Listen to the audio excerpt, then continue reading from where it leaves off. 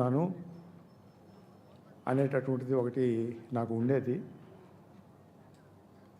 ఈ పుస్తకానికి అంత విలువ ఉందా? ఒక రాజకీయ నాయకుడు, ఒక ఎమ్మెల్యే, ఒక బిజీగా ఉండేటటువంటి వ్యక్తి రాసేటటువంటి పుస్తకాలు సామాన్యంగా వారి గురించి రాసుకోవటము, వారి అనుభవాల గురించి రాసుకోవటము, అటువంటి ఇది ఉండేటటువంటి సమయంలో ఆ పుస్తకానికి వీరిని పిలవటం అనేటటువంటిది వారిని పిలిచినా కూడా నాకు మనసులో ఉండేది. కానీ ఈ పుస్తకానికి ఒక విలువ ఉన్నదని ఇది చదివినటువంటి కొంతమంది మిత్రులు చెబుతున్నప్పటికీ నాకు ఇంకా అనుమానం ఉండేది. అయితే ఒక మిత్రుడు ఒక ప్రయోగం చేశాడు. చాట్ జీపీటీ, లేటెస్ట్గా ఆర్టిఫిషియల్ ఇంటెలిజెన్స్, అది మీకు అందరికీ ఇప్పటికే తెలిసి ఉండొచ్చు. దానికి ఈ బుక్ని అప్లోడ్ చేసి విశ్లేషణ చేయమని చెప్పి ఆయన అడిగాడు. ఆయన కొంచెం నాలెడ్జబుల్ మ్యాను, పుస్తకం చదివినట్టున్నాడు. ఇది దానికి అప్లై చేస్తే ఏం చెప్పుద్దో చూద్దాం డాక్టర్ గారు అని చెప్తే దానికి ఒక 15 రోజులు 20 రోజుల ముందు దానికి ఫీడ్ చేశారు. ఫీడ్ చేస్తే నేను మరి నాకు చెప్పానే, నేను అర్హున్నా వీళ్ళందరినీ పిలవటానికి ఈ పుస్తకానికి అనేటటువంటి దానికి ఒక రకమైనటువంటి ఆన్సర్ వచ్చింది. అదేంటంటే, ఈ పుస్తకాన్ని వరల్డ్ హిస్టరీ రాసినటువంటి పెద్ద పెద్దలు HG Wells, Arnold Toynbee, Will Durant, Jawaharlal Nehru garu, madam గారు ఈ పుస్తకాలు చదివి ఉండొచ్చు, తెలిసి ఉండొచ్చు తప్పకుండా. చాలా పెద్ద రచయితలు, ఒక్కొక్కటి 12 వాల్యూమ్స్ 11 వాల్యూమ్స్ ఉన్నటువంటి బుక్స్, వరల్డ్ వైడ్ ఫేమస్. వాటితోటి కంపేర్ చేస్తూ దీన్ని తీసుకెళ్ళి ముందు కూర్చోబెట్టింది.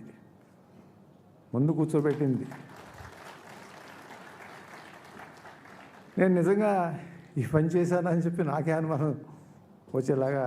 కానీ దానికి ఒక 6 పారామీటర్లు 7 పారామీటర్లు తీసుకుని దానిలో ఉన్నటువంటి ప్రతి చాప్టర్ని కూడా విశ్లేషించి అది ఆన్సర్ చెప్పింది.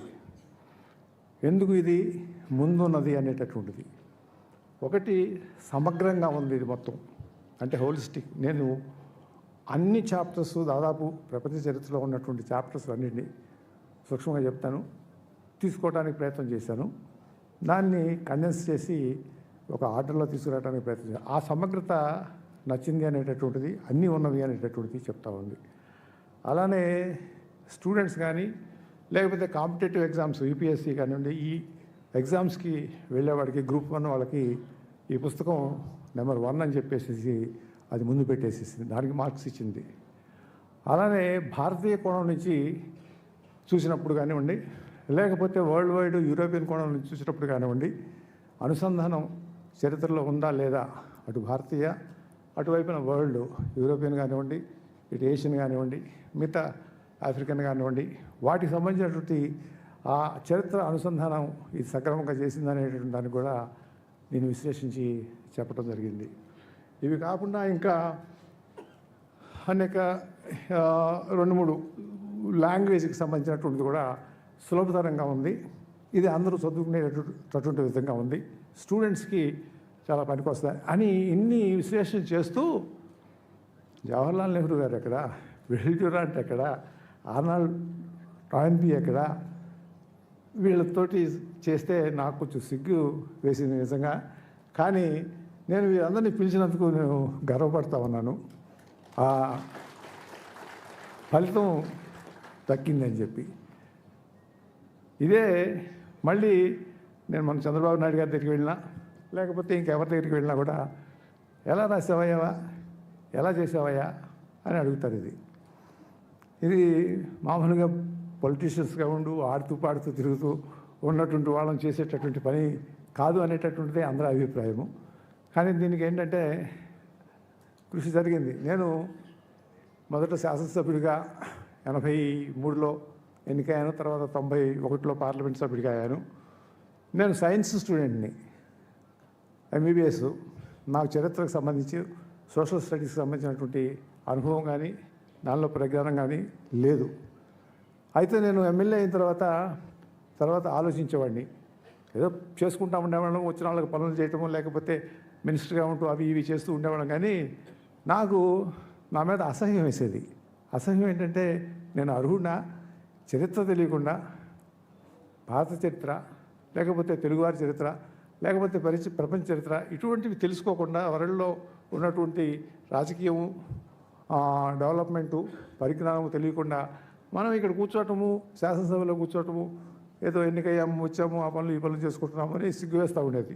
అందుకని నేను కనపడినప్పుడల్లా కూడా పుస్తకాలు ఎక్కడ దొరికినా కొనుక్కుంటూ ఉండేవాడిని. ముఖ్యంగా చరిత్రకి, వరల్డ్కి సంబంధించినటువంటి విషయాలు, యూరోపియన్ హిస్టరీ కానివ్వండి, ఏషియన్ హిస్టరీ కానివ్వండి, చైనా హిస్టరీ కానివ్వండి, ఇలా పుస్తకాలు మాత్రం కొనుక్కుంటూ ఉండేవాడిని.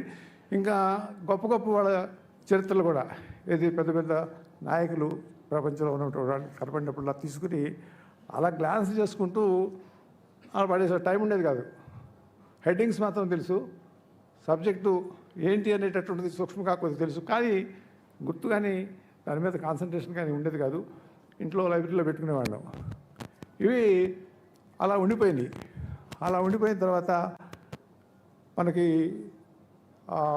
2014 డివిజన్ అయిపోయింది మన ఏపీ డివిజన్ అయిపోతే తెలుగువారు అసలు ఎప్పటి నుంచి ఉన్నారు, ఎవరెవరు పరిపాలించారు, శాతవాహనులు, ఇక్ష్వాకులు, తర్వాత మనకి పల్లవులు, చాళుక్యులు, చోళులు, కాకతీయులు, విజయనగరము, తర్వాత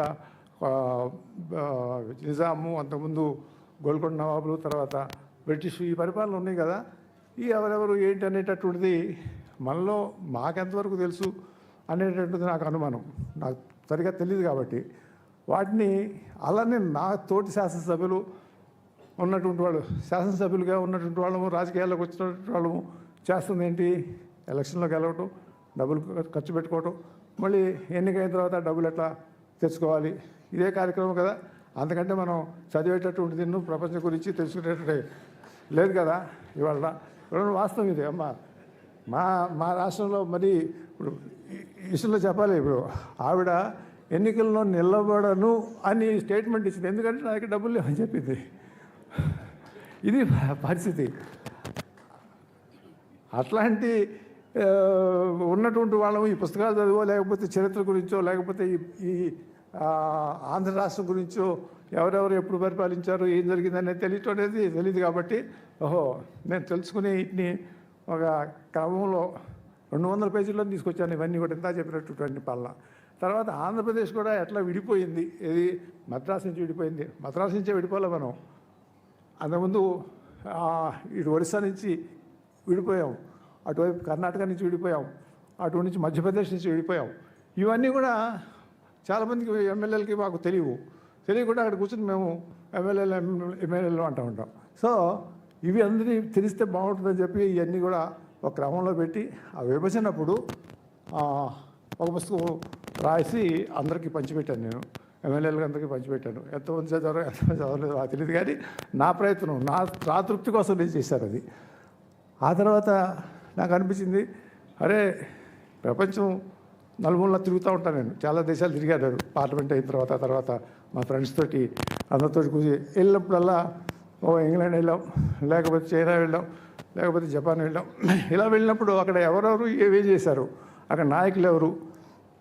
ఒక చైనా ఉంది, ఒక మావో సెట్టింగ్ ఉన్నాడు, ఆ తర్వాత డెంగ్ జియోపింగ్ ఉన్నాడు, అంతకుముందు సన్నెట్ సెన్ ఉన్నాడు. అలానే జపాన్ వెళ్ళాం. ఎట్లయితే అభివృద్ధి చెందింది ముచిహిటో విజయ చక్రవర్తి ఆయన కాలంలో జరిగింది. అలానే జర్మనీ వెళ్ళాం. ఈ జర్మనీ 30 దేశాలు, అది జర్మనీ 30 దేశాలని బిస్మార్క్ యునైట్ చేస్తాడు. అలానే మనకి అనేక మంది, టర్కీ ఉంది, టర్కీకి వెళ్తే కెమెల్ పాషా అక్కడ Turkey is the seat anchor of Muslim dominated Muslim seat అది. అటువంటి వాటిని ట్రాన్స్ఫర్ చేస్తాడు కెమెల్ పాషా. ఆయన మహిళలకి చదువు అంటాడు, బురకా తీసేమన్నాడు. అలా అలా వీళ్ళు చాలా బెన్ గూరియన్ ఉన్నాడు, ఇజ్రాయెల్ బెన్ గూరియన్ ఉన్నాడు. ఇంకా ఇట్లాంటి వాళ్ళని ఒక 50 మందిని చూడాలని చెప్పి వాళ్ళ సమగ్రంగా వాళ్ళ జీవిత చరిత్రలు తీసుకుని క్షుణ్ణంగా 5 పేజీలు 6 పేజీల్లో రాస్తే బాగుంటుందని అనిపించి, దాంతో పాటు తత్వవేత్తలు సోక్రటీస్, అరిస్టాటిల్, ప్లేటో, రూసో ఇటువంటి వాళ్ళు ఏంటంటే స్ఫూర్తినిచ్చినటువంటి వాళ్ళు. ఆ స్ఫూర్తినిచ్చినటువంటి వాళ్ళని కూడా దీంట్లో పెడితే ఆ స్ఫూర్తినిచ్చినటువంటి వాళ్ళు ఇటువైపు ఈ ప్రపంచాన్ని మార్చినటువంటి దేశాలను మార్చినటువంటి బొలివియా 5 దేశాలకు స్వాతంత్రం తీసుకొచ్చినటువంటి వాడు సౌత్ ఆఫ్రికాలో. ఇలా ఎంతమంది ఉన్నారు, వాళ్ళందరినీ హోచిమెన్ ఇటువైపున వియత్నాంలో, ఇంకా అలా అట్లనే హిట్లరు, ముస్సోలి ఎవరు నాశనం చేశారు ప్రపంచాన్ని అనేటటువంటి దృక్పథంతో కూడా తీసుకొని ఒక 50 మందికి ఒక చిన్న సమగ్రంగా 5 పేజీల్లో దాన్ని తీసుకొని, దీనికి ఇంకొక ఆయన కూడా సహాయం చేశాడు నాకు. ఆయన కూడా ఒక డాక్టరే. మేమిద్దరం కలిసి కూర్చుని ఆయన కొన్ని ఈయన కొన్ని చేసుకుని దాన్ని సమగ్రం చేసాం. ఆ తర్వాత ఇంతవరకు బాగానే ఉంది అనే ఒక పుస్తకం, అది బాగా ప్రచారం చెందింది. నేను ఎప్పుడు కూడా పుస్తకాలు లాంచ్ చేయలేదమ్మా. ఈ పుస్తకమే నేను లాంచ్ చేస్తా ఉంది. 5 పుస్తకాలు రాసినా కూడా ఏ పుస్తకం నేను లాంచ్ చేయలేదు. నా పని అయిపోయింది, నేను ఇచ్చాను అనుకున్నాను.